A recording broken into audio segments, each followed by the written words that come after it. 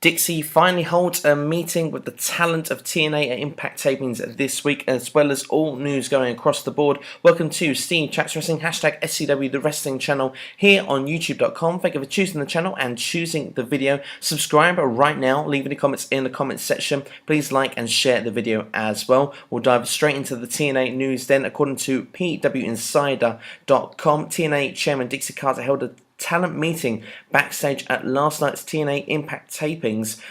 During the meeting, Carter took questions from the talent and addressed a number of current issues. One of the questions asked by talent was regarding late pay, and Carter explained that sometimes pay is late because TNA is waiting on money owed to the company, so that can be paid out to the talents. On reports of WWE potentially purchasing TNA, Carter acknowledged that WWE wanted to purchase the company, but she said that she would not let that happen. She added that TNA tape library is still under TNA ownership, so that's very key there in that report.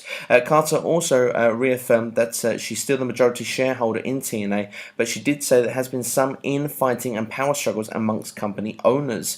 With regards to Bound for Glory, Carter admitted that the company scrambled leading up to the pay-per-view, but she said the pay-per-view was never not going to happen.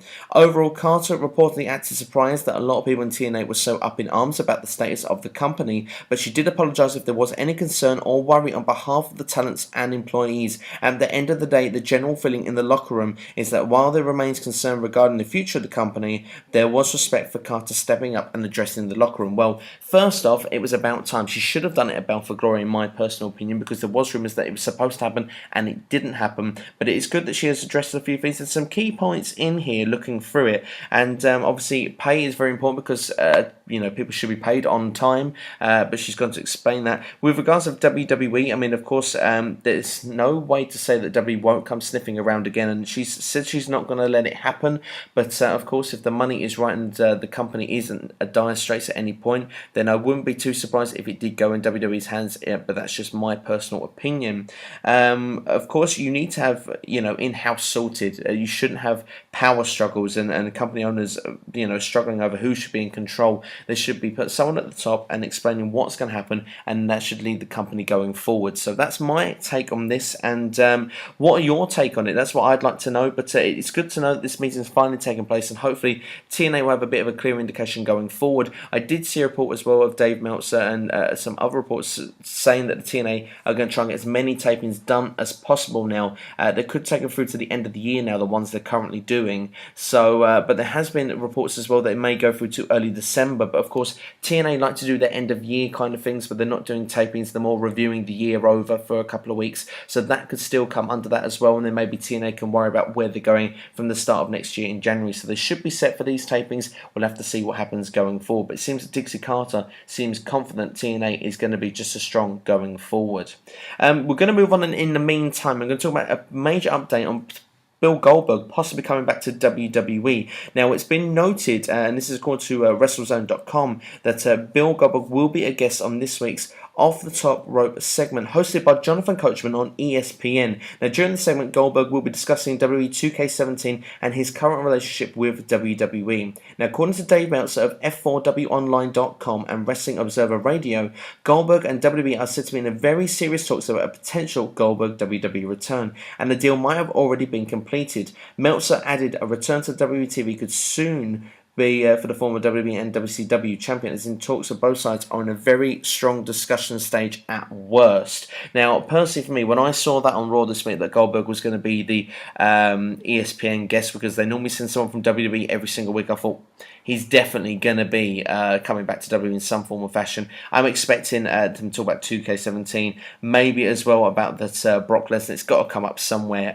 because that's what Goldberg wants. He wants a match with Brock Lesnar. I think that seems to be a direction we're going into. So I think it's still going to be around Royal Rumble time that we might actually see Goldberg come actually into WWE properly, maybe even at the February pay-per-view, whatever that's going to be. But it'd be very interesting to see what's going to happen. But it seems to me quite clear that we could be getting Goldberg versus Brock Lesnar too. Now, will it be good? Is it something that we want? Personally, for me, I'd like to see a wrong put to right, but would it work in 2016 or even 2017 by the time it comes along? I'm not so sure, but I'd like to know your feelings in in the comments below. We'll move on to Alberto Del Rio next. Now, he did a no-show at the AAA Mexico event, but a following statement was released from Alberto Del Rio, actually claiming that he was stabbed outside of a restaurant, which made him unable to make his flight.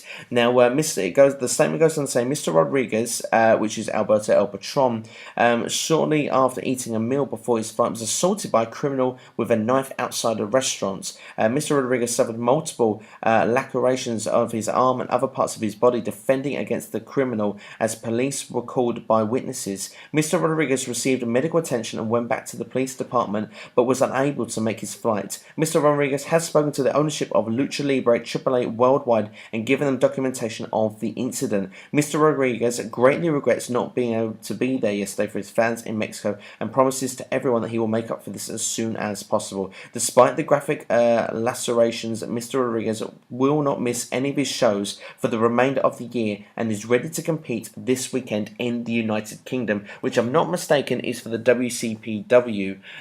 What Culture Pro Wrestling will be taking place this weekend. So it's very sad that that's happened, and there is actually as well some photographic evidence via Instagram as well. So yeah, really sad that that's happened, and it's not the first sort of knife incident to happen as well. I mean, Jamie Noble suffered the same fate as well in a report I saw last week, and it's just not fun to see, unfortunately. But it is good to know that that Del Rio or Patron is okay, Mr. Rodriguez, and he'll be continuing his dates as normal. So, I mean, that's certainly a relief to hear.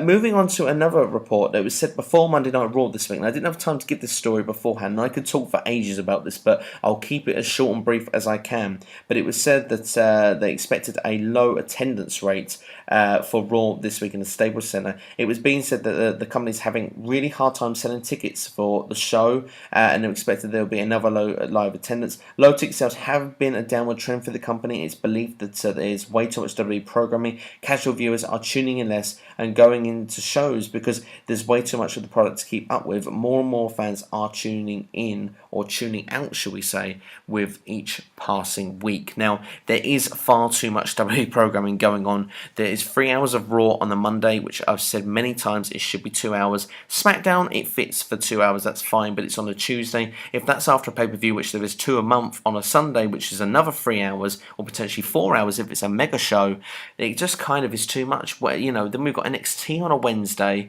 It really is so much to cover. And when you're actually following other promotions as well, like Lucha Underground, TNA, ROH, New Japan, I mean, there really is just too much wrestling going on at the moment. But particularly from a WWE standpoint, you can't get to the point where you're looking forward to it anymore. And for me, that is a real sad state of affair. And WWE need to address this because it shouldn't be about quantity. Everything on Raw, and although Raw kind of flowed okay in a little bit last night, for me there were certain points you could have taken out certain segments from the show.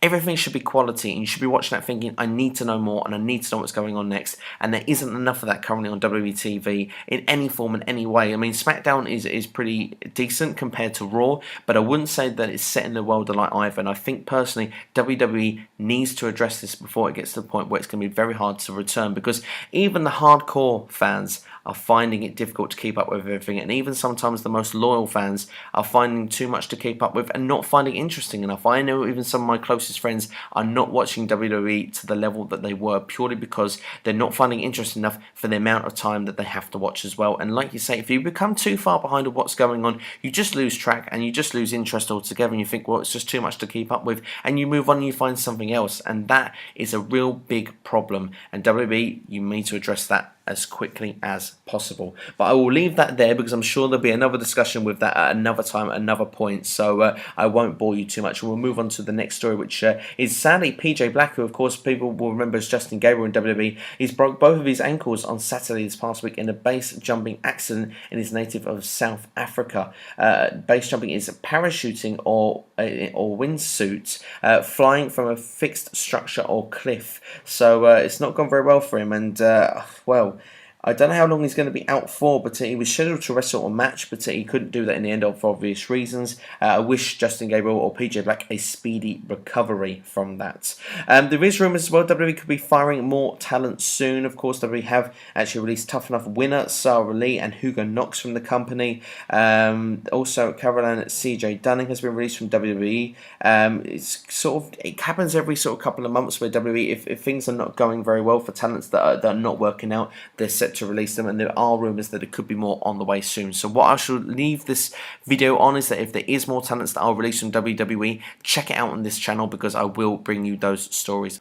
But that's it for now, and thank you for watching this video. Remember, you can subscribe. In the meantime, you're watching Steve Chats Wrestling, #SCW, the wrestling channel here on YouTube.com. There'll be another podcast coming this week, as well as my No Mercy preview and predictions will be coming later in the week. So do check this channel out for that also. Any more update on TNA and, of course, potential sales or what's going on with Dixie Carter, Billy Corgan, I will keep following that story as well. Really good because a lot of people seem to be interested in that and are checking it out on this channel, and I thank everybody for doing that. Thank you to everyone who's been subscribing as well. It really does mean a lot. We're getting near that 100 mark now, and I really would love to hit that as soon as possible. So subscribe to the channel in the meantime. Leave it in the comments if you have any in the comments section. Like and share the video as well. You've been watching Steve Chats Wrestling, #SCW, the wrestling channel here on YouTube.com. Take care.